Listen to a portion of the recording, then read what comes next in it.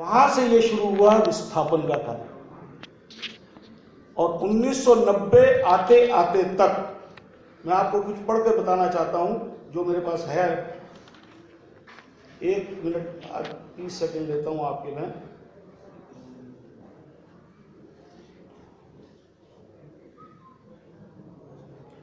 चौदह सितंबर 1989 का था कि भाजपा के प्रदेश उपाध्यक्ष टिक्लू लाल जी टप्लू की हत्या जब हुई थी।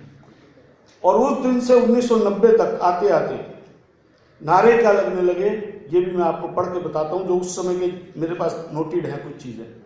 यहां क्या चलेगा, निजाम मुस्तफा। यहां कश्मीर की घाटी में यहां क्या चलेगा, निजाम मुस्तफा। आजादी का मतलब क्या, ला इल्ला इल्लाही। कश्मीर में अगर रहना है अल्लाह पर कहना होगा। ये नारा आपने अभी भी सुना होगा पिछले 2-3-4 साल की सरकारों के अंदर। ध्यान रखिए मैं आपको कहां से कहां जोड़ना चाह रहा हूं। असी गच्ची पाकिस्तान बताओ रोज से बतानो स्थान। हम यहां अपना पाकिस्तान बनाना है कश्मीरी पंडित महिलाओं के साथ। मतलब समझिए इस कश्मीरी भाषा का, लेकिन कश्मीरी पंडितों के बगैर। और फिर एक दिन आया जब वहां पर रातों रात पोस्टर लग गए। तुम्हारे घर के अंदर 4 लड़कियां हैं, तुम पंडित फलाना जो भी नाम है, कल सवेरे तक या तो इस्लाम स्वीकार कर लो और या फिर कश्मीर छोड़कर चले जाओ। लेकिन याद रखना अपने घर की बच्चियों को और औरतों को छोड़कर जाना। और ऐसा कत्लेआम और ऐसा खून खराबा और इस प्रकार सी चीजें हुई जिनको मैं यहाँ बयान नहीं कर सकता हूँ। बहुत लंबी है मेरे पास लिस्ट। मैं इस समय, क्योंकि उस समय का सारा रिकॉर्ड है मेरे पास अभी तक जो हम बोलते थे।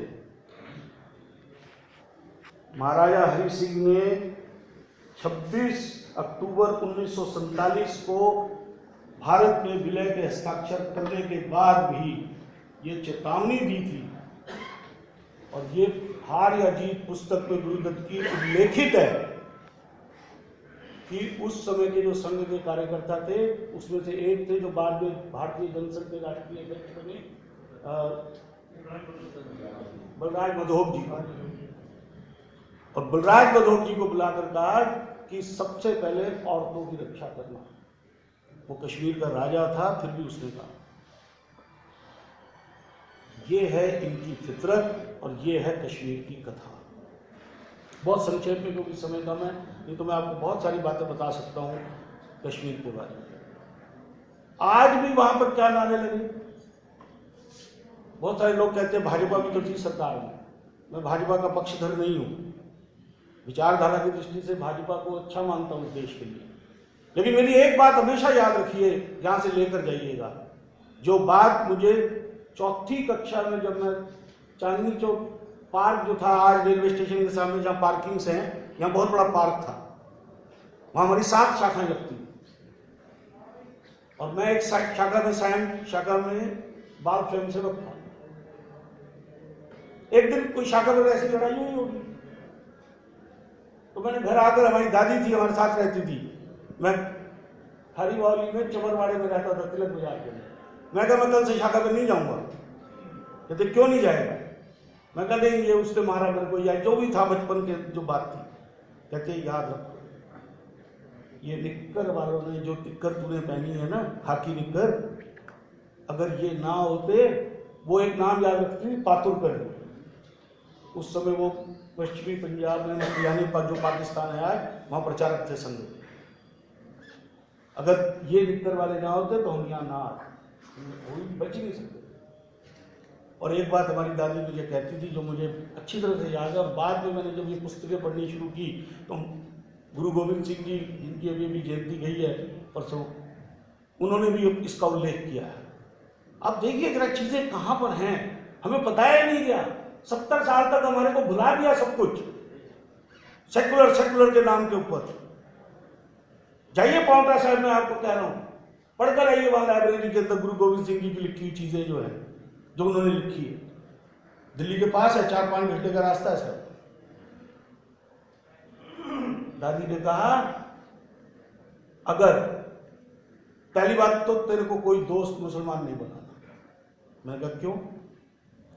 कहते याद रख, पूरा सज्जा हाथ, दायां हाथ अगर शहद दे 3 इंच पा दे शहद के क्रिस्टल में और बाहर निकालकर तिल के ढेर में हाथ लगा दे, तो जितने लाखों तिल चिपकेंगे उसके अंदर, इतनी बार भी अगर कोई मुसलमान कसम खाए कि मैं हिंदू का दोस्त हूं, कभी मानना नहीं, कभी मानना।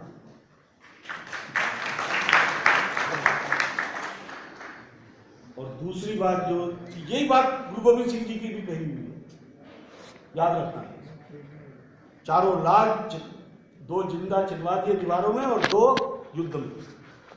किसके लिए? मुगलों के साथ लड़ते हुए भाई। कहां से अलग करोगे तुम किसी को? सोचने की बात है कि कहां से कहां चीजें जुड़ी हुई हैं हमारे देश में।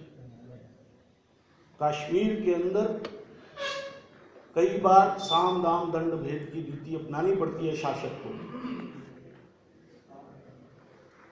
बहुत अच्छा किया मोदी जी ने आने के बाद, मैं बहुत प्रशंसक हूं इस बात का कि उनके साथ सरकार बनाई, सारे लूप और इकट्ठे किए, सारी गतिविधियों पर नजर रखी और कहां से कहां गड़बड़ होती है नीचे से ऊपर तक उसको समझा, और फिर देख लो क्या हो गया। जो कहते थे कि ये हो जाएगा वो हो जाएगा, वो सब कुछ नहीं हुआ। जो कहते थे कि कभी हो ही नहीं सकता कि हिंदुस्तान के अंदर से धारा 370 को हटा पाएगा, रातों रात हट गई, उसी संविधान के प्रोविजन से हट गई। विचार, इस सारी चीजों को मेरा बताने का अर्थ इस 5-7 मिनट के वक्तव्य में सिर्फ एक ही बात है, और वो ये कि ये देश भारतवर्ष है, ये देश हिंदुस्तान है। इस देश के अंदर जब जब शासक हिंदू विचारधारा को पोषित करने वाला पैदा होगा या उसको सत्ता पर आएगा, हिंदू विचारधारा को पोषित करने वाला, हिंदुत्व को पोषित करने वाला आएगा, तभी इस देश का हिंदू या विश्व का हिंदू भी सुरक्षित रह सकेगा और हमारे धर्म के सारे कार्य हम कर सकेंगे। ये याद रखो, इस पुस्तक की प्रेरणा का वाक्य मेरे हिसाब से यही है। मैं फिर से विजय गुप्ता जी का बहुत बहुत अभिनंदन करता हूँ, लेखक के रूप में उनका अभिनंदन करता हूँ और समाज के प्रति उनके समर्पण को अभिनंदन करता हूँ। मुझे याद है कि जब हनुमान धाम की अपने स्थापना की और हनुमान धाम का कार्य शुरू हुआ, तो हम एक विकलांग यूनिट बनाने के लिए सोच रहे थे, खर्चा था 5 करोड़ रुपए का। क्यों चिंता करते हो? पूरी किराना कमेटी को जोड़ दिया।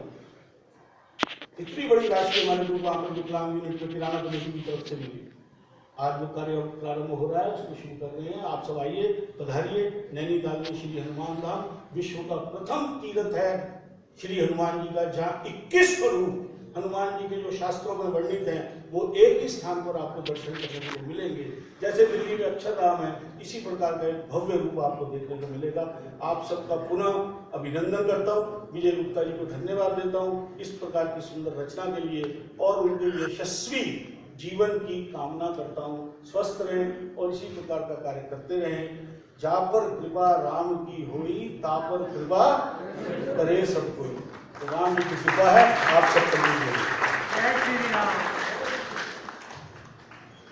बहुत बहुत धन्यवाद। जिम कॉर्बेट रामनगर में इनका आश्रम है, जो लोग वहाँ जाना चाहते हैं तो विजय बंटी जी से संपर्क कर सकते हैं।